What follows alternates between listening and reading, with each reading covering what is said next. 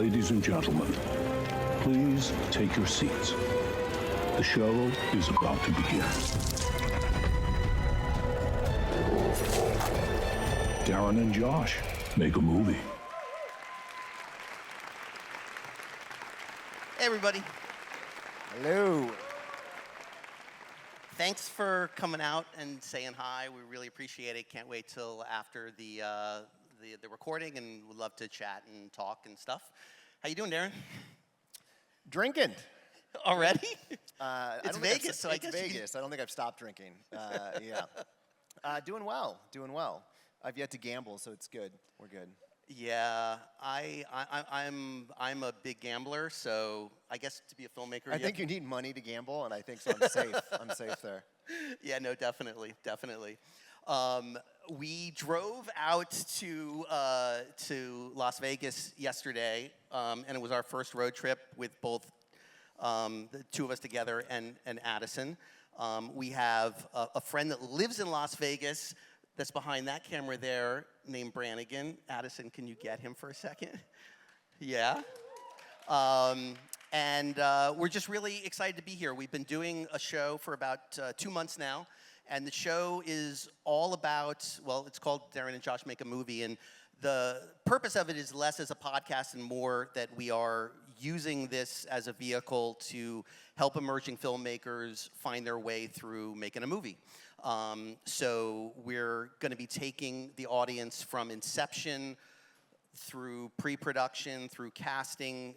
We'll be recording every day on set while we're actually shooting, and release that to the audience, all the way through post-production and hopefully distribution in the red carpet. And I think it's important to note that we don't know what the hell we're going to make yet. And I think part of what the podcast is that we are trying to figure out the movie that we're going to make as we're sitting here talking, and we still don't know the movie we're going to make. Yeah, I've thrown out a bunch of ideas for Darren. Darren's thrown out a bunch of ideas for me. I'm just looking at and this is funny. Brannigan, I told Josh the story. We'll talk about it in a little bit when Danny comes out. But I told Josh the story about how I met you, which is exciting because storytelling is not just making a movie or writing a book. There are different types of storytelling, and one of the storytellings that I'm addicted to is immersive theater. Immersive theater, if anyone here has seen the David Fincher film The Game, so I do that, a version of it in real life, where people can sign up. They have to go through a waiver process. They have to go through an evaluation, and then if they're accepted, they are brought into a real world. Put through hell? Brannigan signed up for one of my experiences where he was flown to Kansas, hooded, and by yourself. Like, you literally just were given a plane ticket to get on a plane, fly to Kansas, hooded, thrown in the back of a pickup truck, driven to the middle of a field. Weren't you told to get out and run through like a field or something in the middle of the heat? Dropped him off in the middle of a dirt road and told him to walk to an airport. But that was that before or after the driver was vomiting violently? Okay. We'll get into that a little bit, but it's a different type of storytelling because in essence, it was a story that they were following. It was a story of a cult. It was a story of this ancient god they were trying to raise. And we're going to be talking to some kind of, I think, unique voices. Specifically, we talked to Danny Garcia, who is not a filmmaker, but someone that is ingrained in narrative storytelling, which I'm excited to get into in a little bit. Definitely. We have someone before that, though. Yeah, let's bring them out. Thunderwolf, are you back there somewhere? Dun dun dun. Nice to see you. Thunderwolf. You have a mic right there. Hello. How you doing, buddy? Doing killer. How are you? So we met Thunderwolf online. He lives in Vegas, and he is, would you call yourself a professional cosplayer? You could say that. I have over 177 cosplays that I have done. 177? And yes, you have a big audience. You have a much bigger audience than Josh or I have, too. So first off, how many followers do you have? 1.7 million on YouTube and 1.4 million on TikTok. Can you fucking send some of them to us, please? Yeah, I think it's my mom and Josh's mom might be the only two people that we have listening to us. And how did you amass that type of following? It all started in 2020. That was like around the close to the time of COVID, and I was just at home, and I was like, it's just, I feel like I just need time to film. And every day I just filmed, and just views just kept going up, and my cosplays just kept getting better and better. And the more I worked on them, and had some help with some really amazing friends out there as well. So I want to thank the fans also. Well, I mean, I'm tagged in almost 75% of your posts, so I've seen your progression. One of your cosplays is Billy the Puppet. Yes, my Billy the Puppet is like my favorite, approved by Lionsgate. So Show Billy the Puppet, for those that don't know, is Josh is wearing it right now. Yes, he's wearing me. See that? Wearing you. All right, let's have a little unmasking. Let's let the viewers see you. It's I a love ninja. it. Hello, it's actually me. Hi. Yeah. Hey, everyone. One of the reasons we wanted to bring you on today is that when you're making a movie, the fan engagement is one of the most important parts. I was talking to Darren earlier today that if, Saw, the franchise of Saw would have lasted one movie had it not been for a groundswell of appreciation for the film. And I want to know just a little bit more about how, as filmmakers, we love this kind of excitement for films. It boosts the brand. By you doing what you do, it boosts the awareness of our brand, what we're trying to do. So what was it about? Let's just talk about Saw for a second. Why did you hone in on that film? What was it about Saw that made you cosplay, and not, let's say, 11, 11, 11, or Good Luck Chuck, two of our gems? Why? What was it about it that connected with you? So Saw, something about it just brought it to me. Saw is like, it's different from any other horror film because the way it is just all thought out so well, and the fan base is so dedicated to the Saw franchise. I love the Saw fan base. They're just always loving the traps, loving just the scenery, the characters, and that's what drove me. Is it didn't just, even in times of my worst, Saw also brought me up at times. And I know it's crazy to say like a horror movie will bring you up in dark times, but it did, because that movie really spoke to me, and it's now one of my top 3 horror films of all time. And what else? Give me your top 2 other cosplay things that you do. Oh boy, that's a good question. That's a very good question. I would have to say one is Lucius. It's a character I created. He's a very tall, demonic-looking skeleton. It's insane once you guys see him. And then my other would probably be Ghostface. There's a lot of Ghostface fans out there. Our producer, Addison, that's her favorite movie is Scream. We made Saw movies, and she loves Scream a lot more. So, do you know what I mean, this is a filmmaking podcast, and we're trying to pull back the curtain a little bit on filmmaking, and one of the things that I can't overstate enough, where I saw my career pivot, was when I made a movie called Repo the Genetic Opera. And it was this rock opera, which actually had its premiere in Las Vegas. The first time it was ever screened was in Las Vegas. It was abandoned by Lionsgate, and Lionsgate, who's made Saw. And they basically said that when we made the film, Darren, you made a movie without an audience. You made it just for yourself. And I mean, they are right. I did make it for myself, but I also knew there was an audience for it. There was a fan base for it. So we took a unique approach, which was forget the traditional methods of going to the studio and asking for a P&A fund. And instead, we turned directly to the fan base. And how we did it, at this time, it was only MySpace. That was all we had, Friendster and MySpace.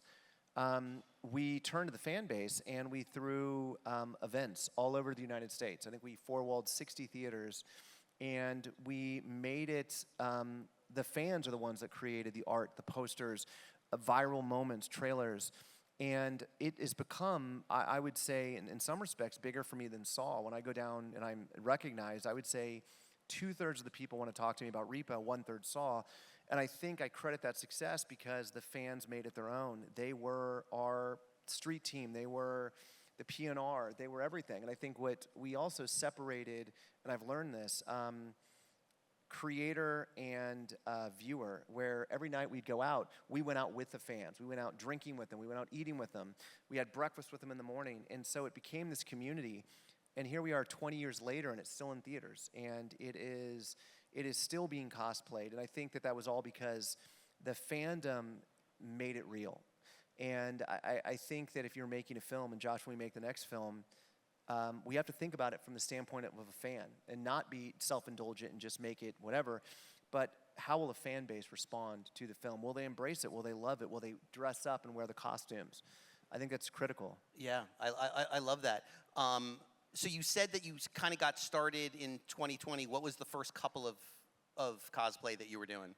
Honestly, it was, first was Michael Myers, then it was Ghostface, then it was Freddy Krueger, but then it got to Billy the Puppet, because Saw has grown a lot from like till now.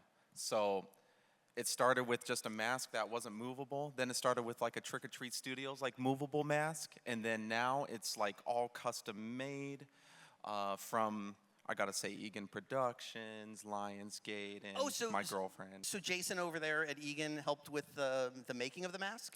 Yeah, so it was all printed at the Egan Productions. There's a creator out there, shout out to DeRegular Sauce. He printed that out over there. Right. And he's an amazing cosplayer if you guys check him out. And my girlfriend did the painting and the touches, and we both worked on it, and Lionsgate loved it, and it's an exact replica of Billy the Puppet. Oh, that's great. I love it. I love it. That's fantastic.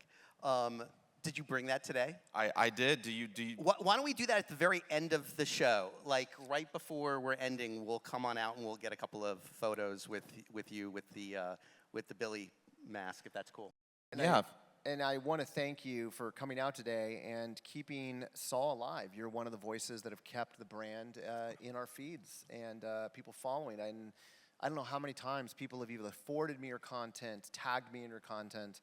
And again, I think that's one of the reasons that Saw continues to prevail is people like you. So I appreciate it. I want to say thank you. I appreciate you guys. You guys are the reasons there's a lot of people that look up to you, so thank you. Well, thank you so much, man, and we'll see you at the very end of the show. Yeah, thank you so much. Thank you. Yeah, we'll see you afterward. All right, Darren, tell me a little bit about Danny.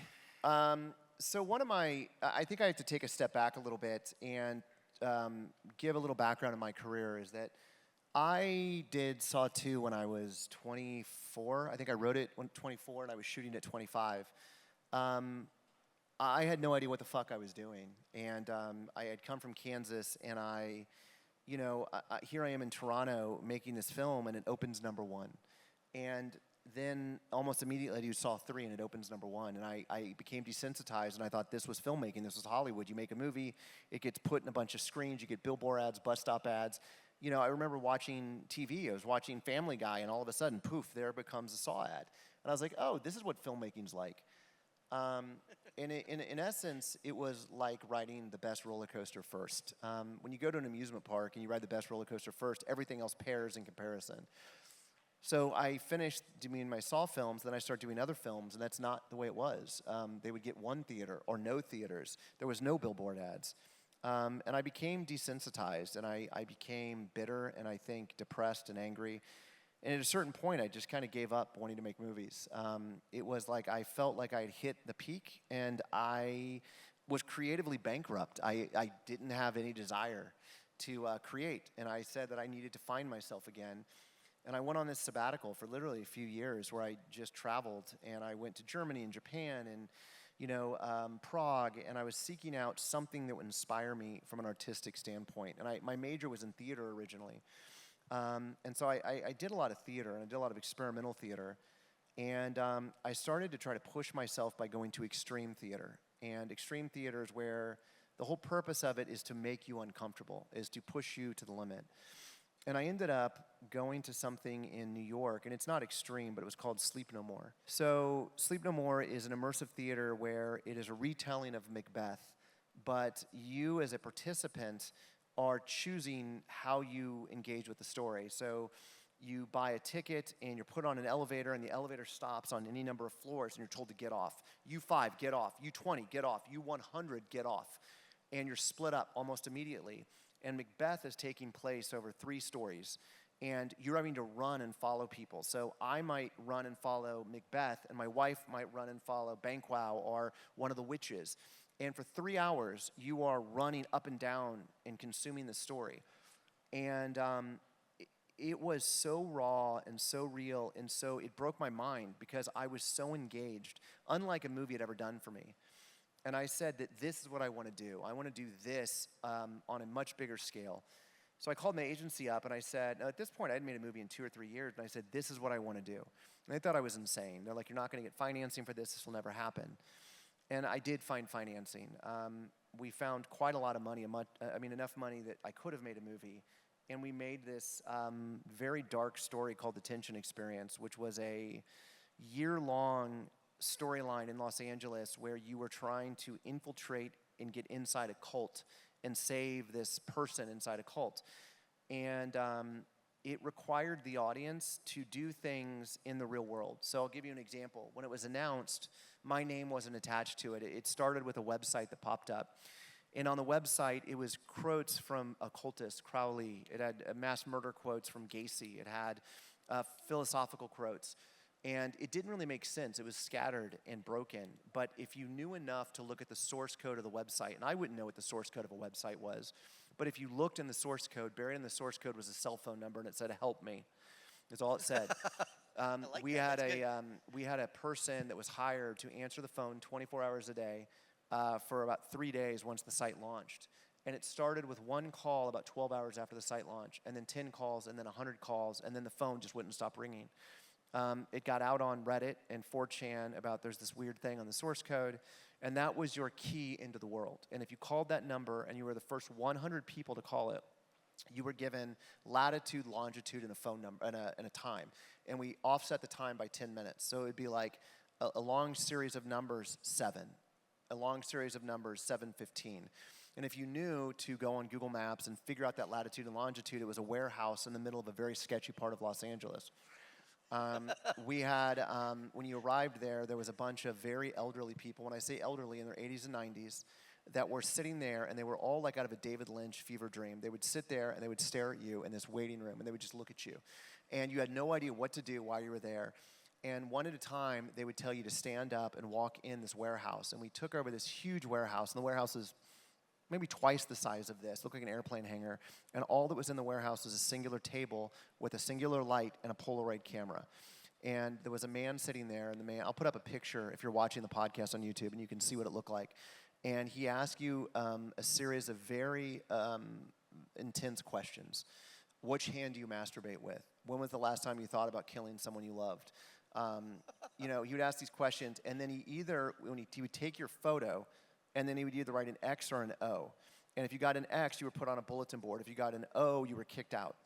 And that was it. And one of the questions you would have to answer is your cell phone number. Of those 100 people, we accepted 50 people. And they were then given basically entrance into this ARG. Every month, we accepted more and more people until it became this ongoing game in Los Angeles where you were trying to figure out what the fuck the point of the game was, like what's going on. And I loved it, and it was something that inspired me, and I'm telling a story. The script was over 1,000 pages. It was written by myself and a guy named Clint Sears. Right. But I started to realize that, to me, one of the things that I noticed got the biggest impact was doing practical fuckery to them, practical magic. What I mean by that is there was a magician, I'm sure he's been to Vegas many times, named Michael Carbonaro. And Michael Carbonaro didn't present his magic as magic. He presented it as glitches in the world. So if you had a TV series called The Carbonaro Effect, and what he would do is he would use everyday situations and present a magic trick, but without calling it magic. So things would happen, and people would be like, what the fuck, did you just see that? So I started to use those kind of conceits and devices in the immersive theater I was doing. So when you would arrive to the Tension Experience, these cultists were making people levitate. They were making water turn to wine, and it was all real. It was all happening in front of you. And it was breaking people. They would have no idea how we did it because they're not expecting to see magic in real life. In this kind of world, I became obsessed with magicians.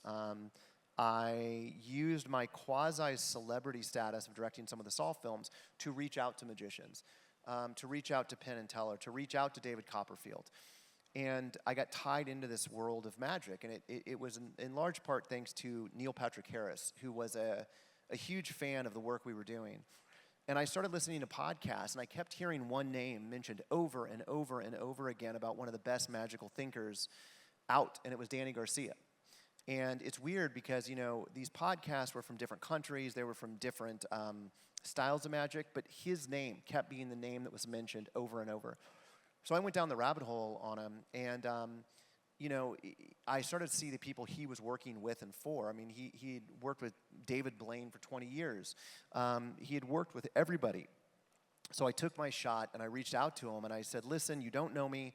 I dropped the name. I directed a few of the Saw movies. I'd love to sit with you. And he's like, dope, let's do it. And we sat down and started talking, and I gave him this pitch on what I think art is. And it was not the movies. It was this immersive world that I wanted to create, and how I wanted to use magic as part of it. And that led down to a series of, you know, numerous conversations and alcohol where we just started vibing, and we realized that we were so similar in the way that we approached art and saw narrative happening. And then I started working with Danny and collaborating with him to bring magic into everything that I did. And that doesn't mean just immersive, it means everyday life and movies. So I don't know how many times I've been on set directing a movie, and I called Danny up, and I said, I'm in a bind, help me out here. And Danny, it's the way he thinks. He thinks in a way that most people don't think. So it started with my love of magic, and now it's turned into my love of the way his mind works into problem areas that I run into as a creator. I love it. All right, well, let's bring him out and All right, talk Danny to him. Garcia, everyone. Danny. What's going on, man? Nice to see you.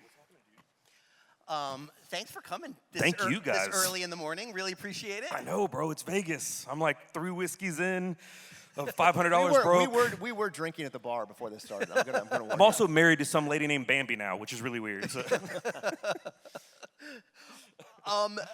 What was since he just told his story of meeting you when Darren first called up and said, "Hey, let's hook up," because you're usually working with other magicians at this time. His inviting you into the immersive theater world, what was that like, and what did you work on with him? It was different. So it wasn't so much. I had done a lot of creative things in different fields. So my specialty was in magic and magicians and problem solving and coming up with magic for them. And for people that really are trying to figure out what a magic consultant is, basically, the easiest way to explain that would be to, there's singers, there's songwriters, right? There's people that do both, sing and songwrite. I do both, but for magic. And so you might have like a ghostwriter for a song or for a book or something like that. I do that for magicians. So I come up with things that they do on television, do on stage, do on stuff. Go teach it to them, and then that's what happens. Well, that's what I didn't realize before I met you, was I always thought that the magicians were just these awesome sleight of hand artists, that there was a guy behind the guy, and that's you. Like, you would come up with these tricks, and you would teach the magicians until they perfected it, and then they would be the one front and center doing the magic, which was definitely. awesome. I did not know that. Yeah, it's I mean, it's not really, it's not a well-known thing. It really wasn't a big thing back in the day. You know, a magic consultant might have been your friend that was sleeping on your couch, you know what I mean? Right. Helping you come up with ideas. But whenever long story short, I created magic. My best friend convinced me to sell magic, and then we basically road tripped out of Texas. First time we'd ever left Texas when I was 21. Came to Vegas. That's where I met like Copperfield's producer, a guy named Chris Kenner.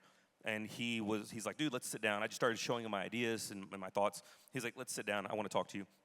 And so I'm explaining things to him, and he goes, you know, what do you want to do? And I was like, I want to be the guy on stage, man. Like, what are you talking about? I want to entertain.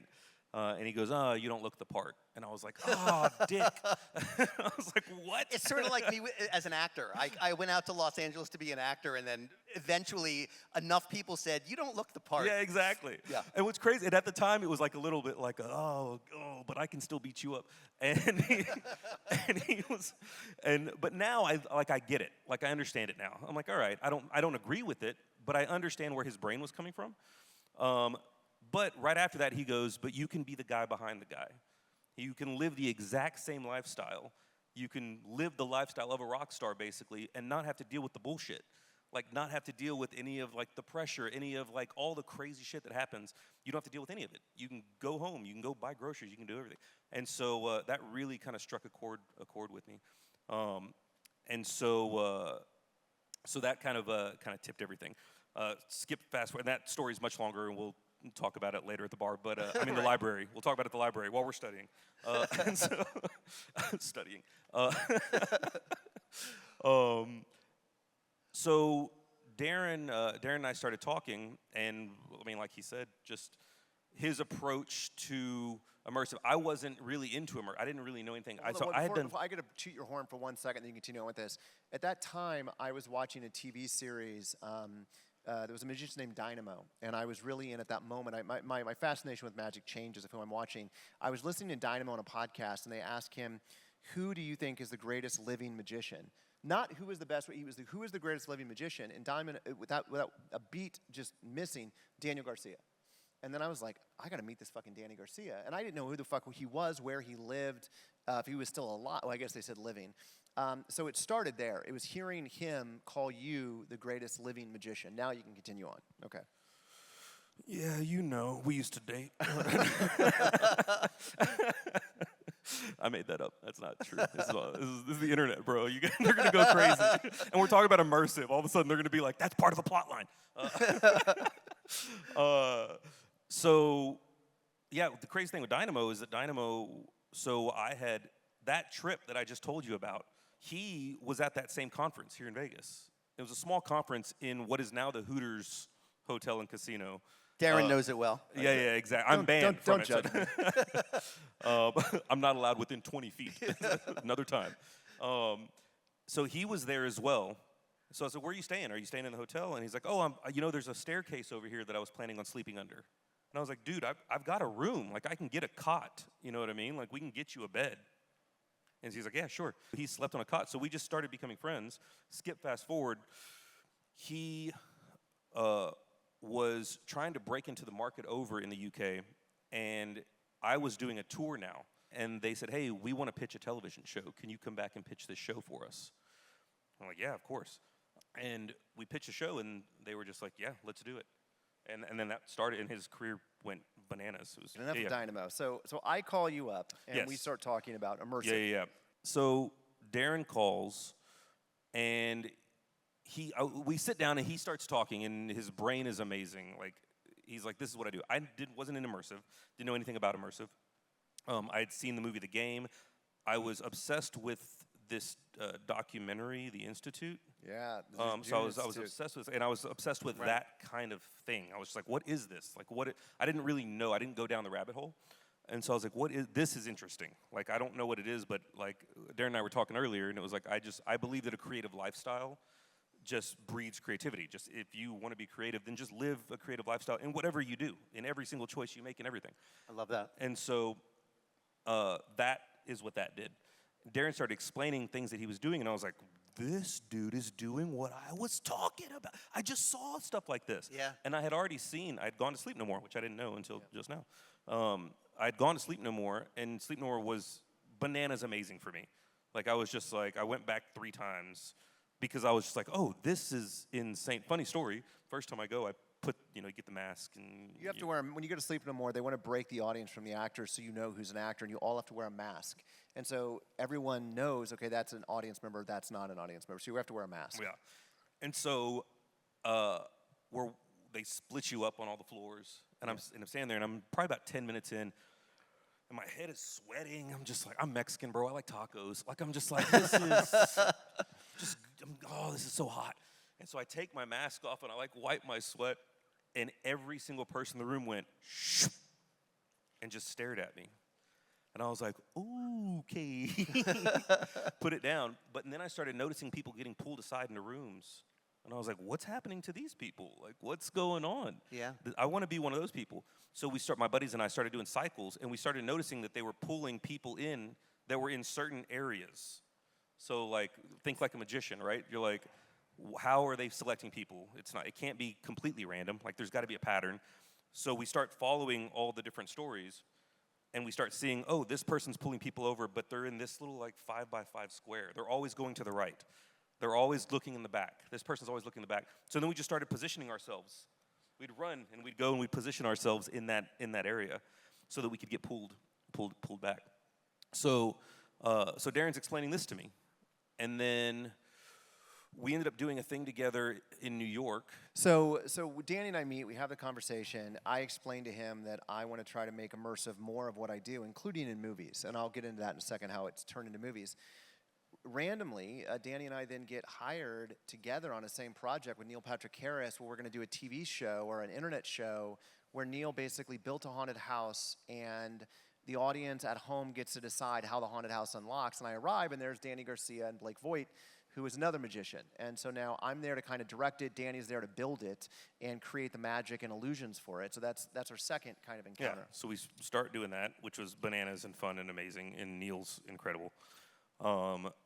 And then 2020 happened, and we sat down for lunch one day, and I was like, hey man, here's a crazy thought, don't know what it is.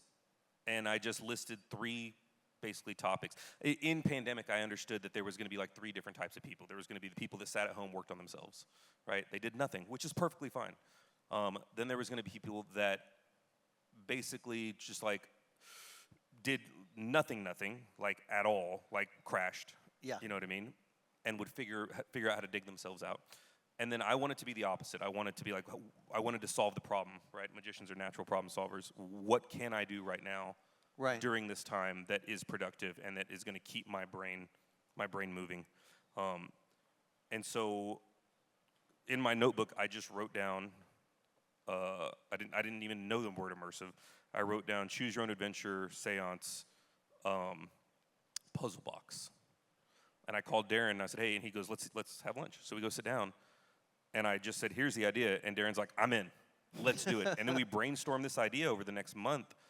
And it turned into this crazy thing that ended up becoming. Well, and I think we'll put up the trailer if you're watching at home, One Day Die. And One Day Die, it's kind of an undefinable thing unless you did it. I hear myself talking about some of these immersive and it doesn't feel real and it doesn't make sense. But basically, One Day Die, we're all stuck at home. There's a lot of people that are scared and fearful. They're scared to go out. But we wanted to give people a community atmosphere, experience.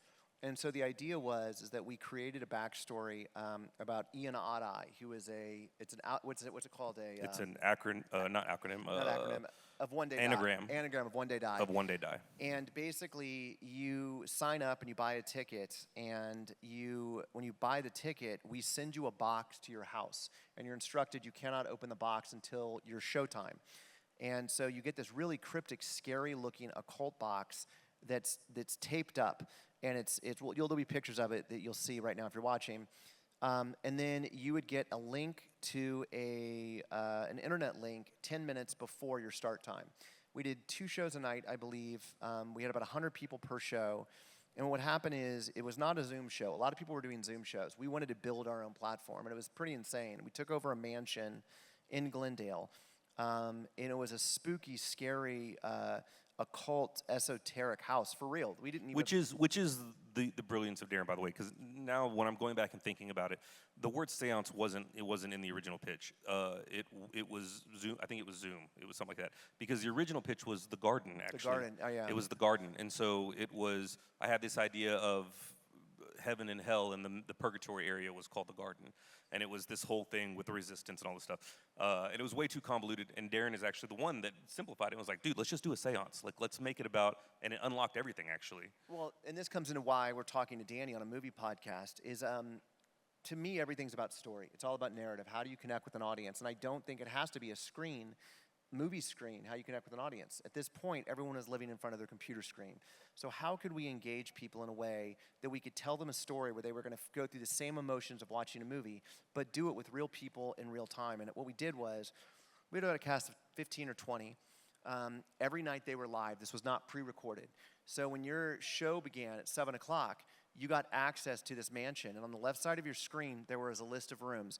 Entryway, foyer, staircase, bathroom, basement, attic, bedroom 1, bedroom 2, dining room, seance room. You could do whatever you wanted for 2 hours. You can click on any room you wanted, and there was always characters in there interacting with you in real time. your mic would open up, your camera would open up. So we would see you, they would see us. So imagine if you're an actor, you're standing in front of a screen and you have 20 windows that you're looking at the audience at home. So it's you are talking to them in real time. They are talking to you in real time. And you go into the foyer, and one of them might say, you have a box in front of you, open it up right now. And then you open the box up. And then in the box, it's crazy cryptic shit that Danny and Blake came up with. We're going to get into that in a second. But they would tell you to do something. And they might say, there is a Polaroid picture in there. Do you see it? Tell me what you see. And you have to describe it. It's a picture of a man. The man is blah, blah, blah. And then 5 minutes later, you meet another character, and they say, the Polaroid, burn it. It's not, you must rid yourself of this, blah, blah, blah. But as you put it near a candle, the picture changed through magic. Danny had a process that was you put heat on the Polaroid, a phone number would pop up. So if you then called the phone number, it would then give you access to a different room in the house that would unlock for you that no one else had. So the box was a transforming box that changed as you interacted with it over the course of 2 hours. And also, the crazy thing was is insane. The phone numbers were going, this is where the sleep no more kind of element of being pulled aside. You would just start getting phone calls. Separate people, random people would start getting phone calls and be like, hey, you have a task. Like, you're part of us now. And it felt like they were coming back onto our side, like of this, like, hey, we need you to go talk to this person. But to the point to where people would start leaving their house. One of the things that I was really excited about it was I'm trying to elicit the same reactions from this as I did a Saw film. I feel in some respects that I can scare you more in something like this than I could a Saw film, and I'll tell you why. During this time, you feel safe. You're at home. You're interacting with someone on a screen. But what we would do is we would locate people through their geotagging. And so when you bought the box, we obviously had your address. We knew where you were. We would see when you accessed our site, they are at that same location. We would send people to your house. So we would, let's say that once we knew that you had, there was a QR code. Remember that thing you did that didn't look like a QR code, but you took the picture and it turned into one? I forgot what it was. There was a photo that you did. Yeah, I think it was a crossword puzzle. That's right. Crossword puzzle, there was a crossword puzzle that you had to solve, but if you realized it, that crossword puzzle was something you could put your phone on and it would take you to a link. That triggered us to say they're at that location, they're at that place, send someone now. We would have actors on standby we did some in Vegas, some in New York, some in LA, that these people would then knock at your door. So you're playing the game and all of a sudden one of the characters is suddenly outside your door. But it actually was further than that. Like because I would call friends randomly and I would be like, yo, I'm doing this thing. I don't have time to explain. It's this crazy immersive thing. It's during Zoom, but do you want to get out of your house? Cool. All right. I need you to go to this address and take a card and get the 3 of clubs. And I want you to smear ketchup on it and go stick it on their door. And I remember my sister, I called my sister. I remember that. And I was just like, hey, and my sister's like, yeah, fuck yeah, let's do this. I'm in. And my brother-in-law, and they're like, let's go. And meanwhile, my nephews are passed out asleep. And so they take off. My sister's like, it happens. And I look and I was like, man, that looked great. That was crazy. Because their knocks on the door happened live. And then I tell I call my sister, I'm like, hey, thank you so much, that was awesome. I was like, it looks so good. She's like, yeah, it wasn't ketchup. I just couldn't find ketchup. So I just pricked my finger and I just smeared my blood all over it. But I want you to understand. I was like, COVID, girl, COVID, what's going on?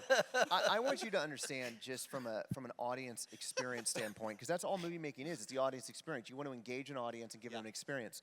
Imagine that there was a lot of magic going on in One Day Die. So you're uncovering this narrative. You realize you're trying to raise an old god. There's all this shit going on. And let's say within this world, you are doing what appears to be a magic trick where you get the 3 of hearts. And it's a free choice. You get the 3 of hearts. And then 10 minutes later, there's a knock at your door. And when you go outside, the 3 of hearts is on your doorstep bloody.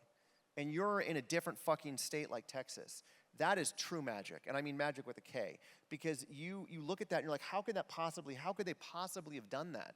And that was where Danny's mind comes in, that I had an idea for a narrative, and Danny looked at that and said, here's how the ways that we can take what your idea is and make it real. And I think that to me is the future of entertainment, which is bypassing passive entertainment, bypassing passively watching a screen, and actively involve the people that are doing, consuming, and watching. Well, it also sounds like the next step of film in a way. I mean, one of the things I love about going to a theater is the community experience. You're sitting next to someone that is screaming or at a jump scare during a horror film, and this is just taking that experience and putting it into the real world in a way. which I love. Times a million, because Yeah. even the theater experience is so unpersonal now. You go to a theater, people are on their fucking cell phones. They're rude. They're getting up to piss. They're blocking your view. They're talking. This is that you are with these people, these strangers, solving murders, solving crimes, having to communicate with strangers that you do not know. Yeah. And I think that there is something during this time, during pandemic, it was just, it's one of the proudest things I've done artistically, because it was just, it's undefinable. And I don't know anyone at the time that was doing things like that. And that's where I think that I wanted Danny here, because Danny, what you've done and showed me is that storytellers are not just what I originally thought growing up and going to film school, that there's the writer, there's the author, there's the director. As a magician, you are a storyteller. And being at many places, bars and parties, watching you command a room with magic and the emotions that you put somebody through is what I strive to do on screen or on a play, and it's pretty fucking awesome. Well, I think that's where magic, horror specifically, and immersive all have kind of the same formula. Like the formula is all pretty much the same. And the only difference with magic is that the narrative isn't so much, it's not narrative forward. Like you don't, you go watch a movie. I mean, basically what magicians are trying to do is we're trying to make a movie in your head. Right. So we're trying to live edit a movie so when you tell the story back to somebody, which we were talking about last night, when you tell the story back to somebody, you basically just explain, all of the dope parts of things that happened that night. Right. So we're doing the same thing that you guys are doing, just it's kind of a secret narrative. So Yeah. it's harder to explain. That like it's easy to show whenever you're doing it, but it's where the movie starts. You go, you sit down, you watch a film. What if that started before you went to go watch a movie, right? So everything, that's how a magician thinks. Everything comes in effect when you go see a magic trick or a magic show. The venue you're in, the way that they got there, the roads they went down, everything becomes part of the construction of what I want you to believe. Right. So that's why I think, immersive and Yeah. movies kind of ties together. The other thing that I love about what you do and the similarities between what we're doing in film is whenever we're on a set, like when we're making the Saw films, and you come up with a trap, it's really, really important that trap actually works the way it's supposed to work. And one of my favorite things about being involved in all of those films is dealing with people like you who are the mechanics, who are the technicians, who figure out how to make the reverse bear trap actually work. What would it really do to Yeah. and they actually, we put them together and create them live in order to make sure that they actually work the way that we're putting them on screen. Well, I'm not sure if this is right. Like, take this with a grain of salt. You know what I mean? It's like, but I believe it's because if your viewer smells that is not possible, then your movie now loses its magic. Yeah. That was something that I was frustrated at the time, but I think your biggest asset was, in the times that we've worked together, is you call bullshit out. And you're thinking, I'm playing checkers and you're playing chess. You're thinking about the car ride home, meaning you just said it, that I'm thinking singularly of the 90 minutes they're in the theater, or in the case of One Day Die, the 2 hours they're in front of the screen. But you're thinking on the car ride home, and you're like, they're going to call bullshit on that. You've overcomplicated this part and this part of the narrative, and then when they get home, it might work in the moment. They're going to start to unravel that and say, that didn't make sense. Yeah. And I think that that's what's great about trying to, as we make a movie, surrounding ourselves with people that are not just filmmakers, but thinkers in different worlds. And that is the fan interaction part that we met with, the magic part that Danny's talking about. Yeah. I think that each one of these are such important aspects of putting together a narrative that we're not thinking about in the time. Yeah, I love it. Danny, really quickly, because a lot of people that are watching the podcast, who have you worked with? Tell me about some of the people that you've worked with. Oh man, that's going to take a while. I don't know it's a lot. So it's like if you've watched television, and it's always weird talking about yourself. Like that's such a strange. Have you Googled me? It's like I don't. A lot of the TV shows that you've seen on Magic, I've had some hand in, if not. Are you the been masked head magician? And so, what if I took this mask off right now? That would have been great, and just revealed stripes. You've worked with David Blaine for how many years? 20 years. So I've been David's head consultant for like 20 years. But I mean, pretty much. I mean, if you think about it, I've definitely turned down a lot of magicians. I'm not going to mention. I'm going to gloat. I told Josh this story. I don't know if you remember this because we were really drunk. But you came to my house once, and I was having a party. It might have been the fight night that we did the Pacquiao fight. I don't know what it was, but you came over to my house. Everyone was drinking. And one of Laura, my wife's friends, came in the room, and she's like, "Where's the magician?" And Danny could barely. I mean, he was trying to hold himself together. We were drinking a lot, and you can tell like Danny didn't. It's like telling a comedian, "Tell me a joke." Like you didn't want to fucking do magic at that point. And she goes, "Come on, magic man, show me something." And Danny did the coolest thing I've ever seen anyone fucking do in my entire life. He looks at her, he looks around the room, and goes, "Go find me 3 objects."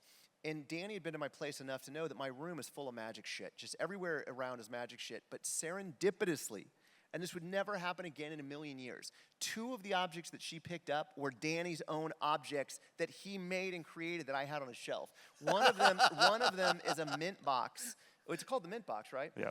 And then one of them was a Sharpie. Okay, now I don't know what the third object was, but Danny looks at it and he's like, "Are you sure? Are you sure? Okay." And again, you have to understand the level of drunkenness ties into this because everyone is like, he's not going to pull shit off. Danny literally might as well have been Jesus Christ in that moment because he does his own trick and then his secondary trick, which he knew, and then somehow did something on the third thing, and the entire drunkenness in that room, everyone sobered up within a second, and they stared at him like a goddamn witch. And then Danny's like, "All right, guys, I'm out, peace," and he leaves, and like everyone just sat there in silence. It was just silence in this thing.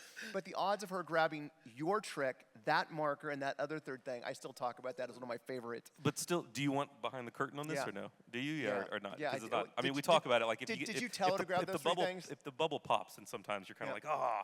like, I know that I'm going to be asked to do magic, right?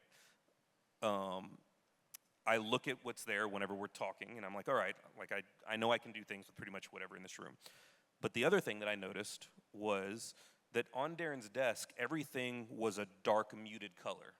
So everything was kind of black, dark red, kind of a blood red. There wasn't anything that stood out. Right. There was a piece of paper, but that was underneath stuff. So, and he had some of my tricks up on his shelf.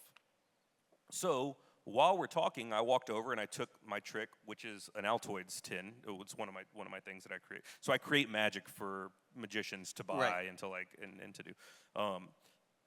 But it's bright white. It's like taking a highlighter, and I took that and I stuck it in the middle of his desk. So now you look at this dark muted desk, and that obviously stands out. Right? But this is the storyteller. You are exactly why he wants you in a movie. My misremembering of the story, and you're setting the story up in advance. And I get what you're saying, is that you basically saw the desk, you set the things up, knowing the odds that she's going to go for the bright thing on there. Yeah. That is the things that I don't think about on set, and why the Saw movies, the transitions that we do in the Saw films, those are practical magic. That is us looking, saying, what is something that we can do to trick the eye?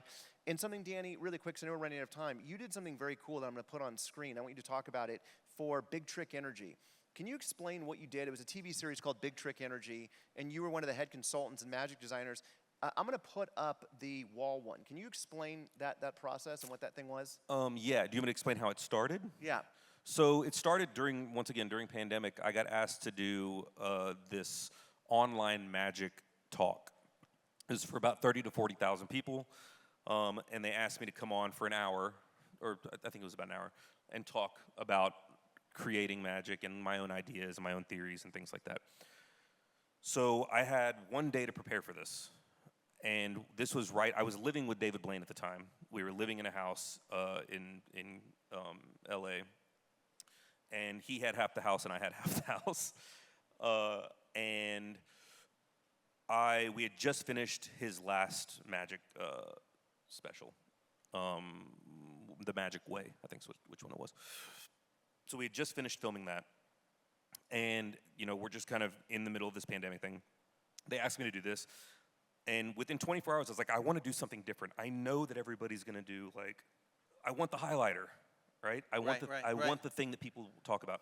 So I was like, how do I emphasize what I think how my brain would work right now during the pandemic. Right. And so I did this.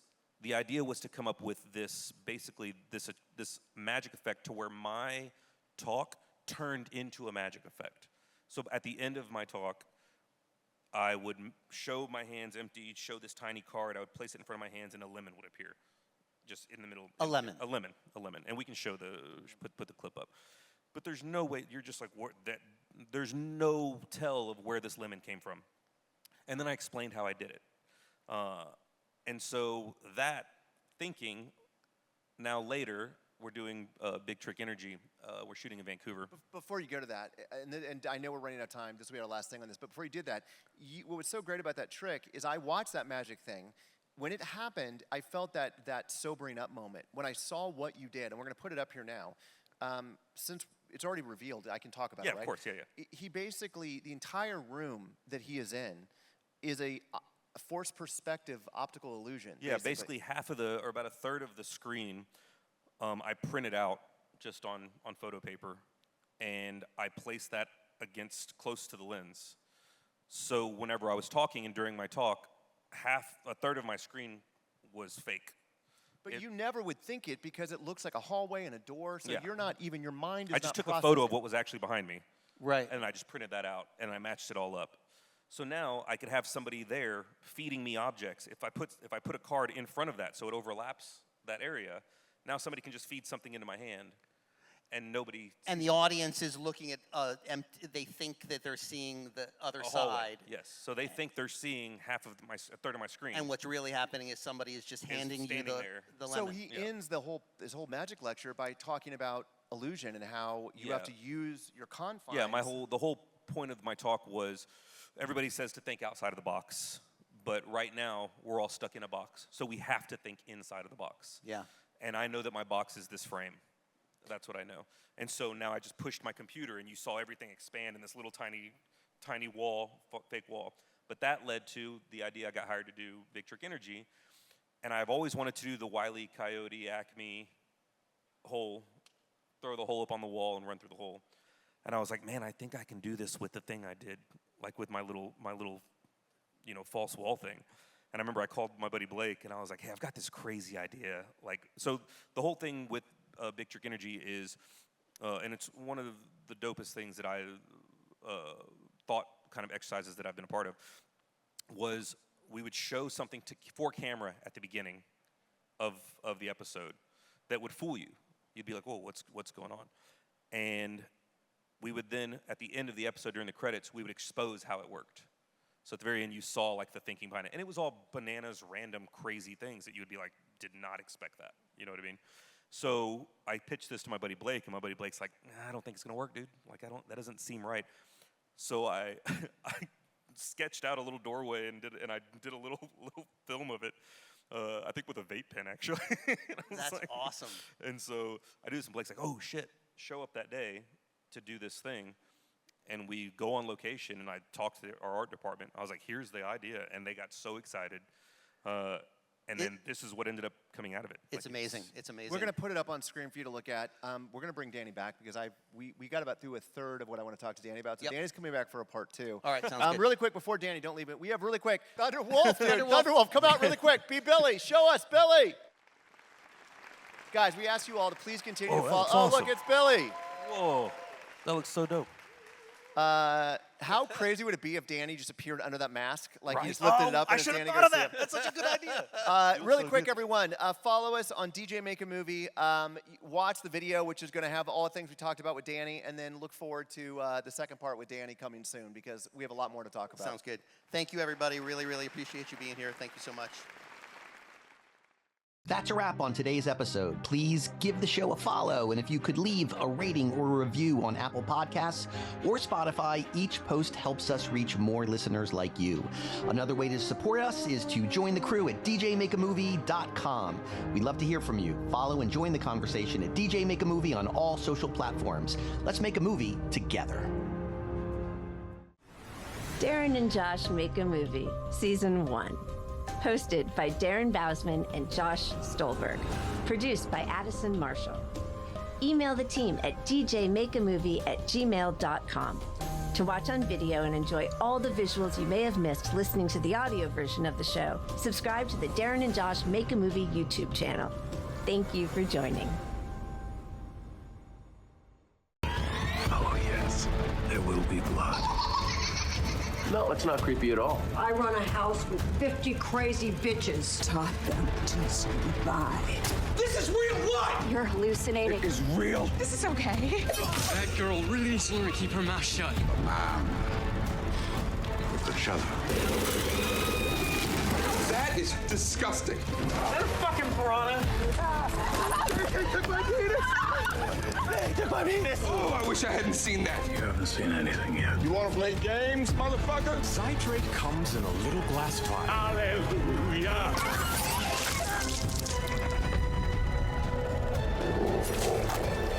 Darren and Josh make a movie. Cut, Casper. That's a wrap.